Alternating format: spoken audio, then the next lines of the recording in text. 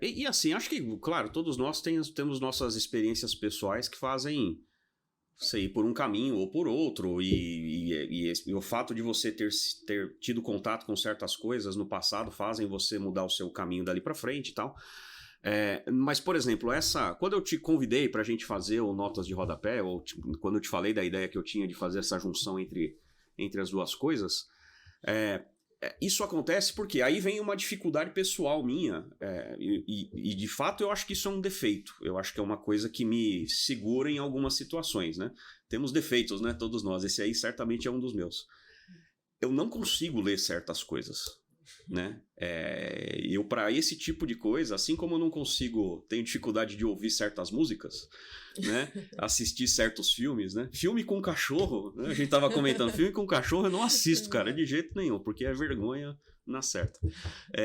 Então tem coisas que eu não consigo, eu já tentei, né? Assim, eu tenho boa vontade, li algumas coisas desse tipo de livro, né? Assim, claro, né? Algumas coisas. Tem um livro que eu acho sensacional, que é o Como Fazer Amigos e Influenciar as Pessoas. Esse livro eu li mais de uma vez. Bom. E talvez esse seja um clássico da autoajuda, porque ele é lá do início do século XX, né? 1910, 15, alguma coisa assim, né? Os exemplos dele é de Henry Ford, muito Rockefeller, né? Era o nicho dele. Carnegie, legal, né? Então, quer dizer, algumas coisas sim, né? Mas normalmente eu tenho dificuldade, não é uma leitura que pra mim é prazerosa. Tá. Eu pego pra ler, já peguei muitas coisas pra ler e falo, putz, cara, não dá, né? Aí, claro, e obviamente tem alguns tipos de livros que são importantes, né? Na faculdade, aí obviamente você tem que ler livros técnicos, você tem que, né? Sim. Para o trabalho você tem que ter... porque aí também tem uma diferença entre livro técnico e livro de autoajuda, né? São muito diferentes, obviamente, né? Claro, né? Então tem coisas que a gente lê, mas não é literatura por prazer. Eu tenho uma visão assim, livro de negócios, por exemplo, que eu li muito na minha vida. Uhum. E o Lucas aqui no último episódio, ele sugeriu um livro bem legal, que é do Netflix, né? Então, assim, qual a oportunidade que eu vou ter de falar com o VP de RH do Google, por exemplo? Eu não vou ter oportunidade de falar com esse cara, certo, né? Certo. Mas eu li o livro dele, do Laszlo Bock, que ele fala sobre isso, né? Uhum. Então, ele fala como que é a gestão de RH do Google. Então, assim... Sim. A minha visão de livro de negócio é justamente isso, né? Acessar pessoas que eu nunca vou ter acesso. Isso substituiria uma visita técnica ou um benchmarking, alguma coisa assim, que a gente faz normalmente, né? Pô, então que nem amanhã o Elon Musk lança o livro, eu vou ler, né? Porque, tipo, eu não vou conversar com esse cara, provavelmente. Sim. Entender o que tá na cabeça dele. Né?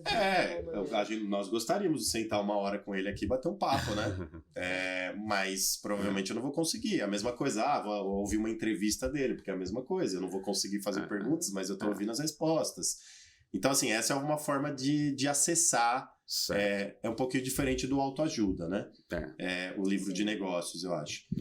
O autoajuda tem essa questão que a gente falou. Vem mastigado, vem essas informações já passadas por muitas pessoas que nem o próprio autor sabe. Uhum. Então, tem essas questões, né? Mas, assim, Flávio, pra que o cara vai ler isso? Então, você comentou de, tipo... a gente comentou, né? Eu falei, negócios é pra gente acessar o cara, né? Uhum. Autoajuda, talvez a gente tá meio perdido, a gente quer ver um negócio. O Dan Brown e qualquer best-seller é diversão, então você vai se divertir lá lendo. Pra que ler literatura clássica? Pra que quem tá assistindo a gente aí vai ler literatura clássica, vai ler um Homero? Pra que o cara vai ler um Dostoiévski, um Tolstói? Pra quê? Não, primeiro porque são livros...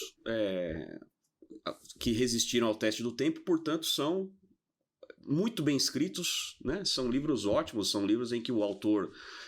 claro, cada um tem as suas características, em alguns casos você vai ter uma técnica ou um estilo diferente, que eventualmente você vai ter mais ou menos dificuldade, mas se eles chegaram até nós, você pode ter certeza de que são ótimas obras, são obras de arte, né, cara?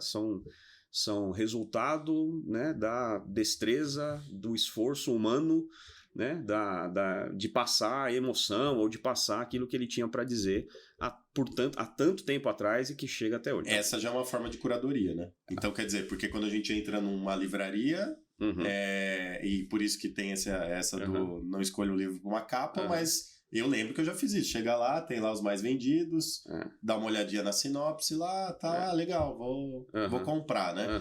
Então aqui, O livro que é muito antigo ainda está sendo lido, ele já provou com o tempo, já é uma curadoria. Você não tem a dúvida, né? E aí, assim, se você encontra por aí listas dos 100 maiores, dos 50 maiores, dos 10 maiores, né? Em que, claro, vão variar de quem escreve a lista. Claro. Tem uma clássica lá do Otto Maria Carpo, que era um grande intelectual aí, brasileiro, né? E que tem uma lista dele que é clássica. Tem também lá do professor José Munir Nasser, né? Que também tem listas interessantes que são diferentes, mas você sabe que se tá ali, né? A chance de errar é pequena, né? Assim, você não vai ler porcaria. Não tem... Um deles, por exemplo, o Otto Maria Carpo, ele coloca entre os 100, ele coloca 20 textos do Shakespeare. Eu não sei se tem 20 textos que ficariam entre os 100, mas, cara, é Shakespeare, né, cara?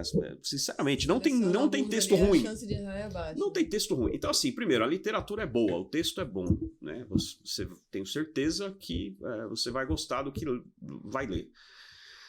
Segundo que, mais uma vez, né, sempre tem algo para tirar desses livros, né? Eu mencionei aqui o Como Fazer Amigos e Influenciar as Pessoas, né? Que a ideia é de relações humanas, né? De como conquistar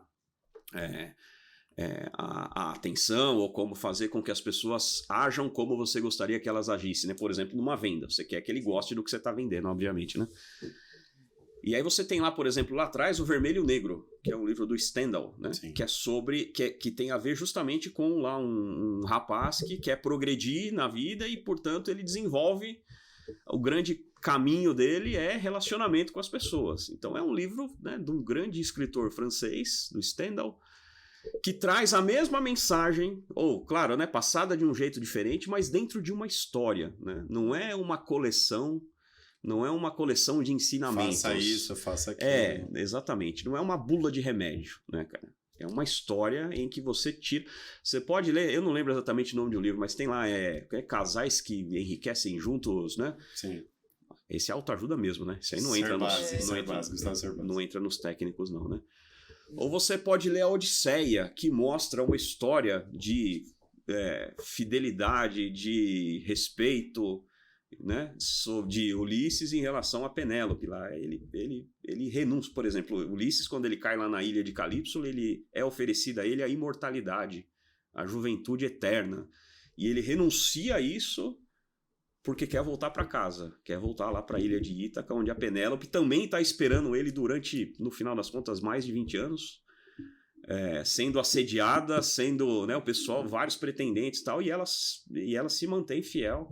Então, assim, é uma história que lá atrás, enquanto isso, acontece um monte de coisa, né?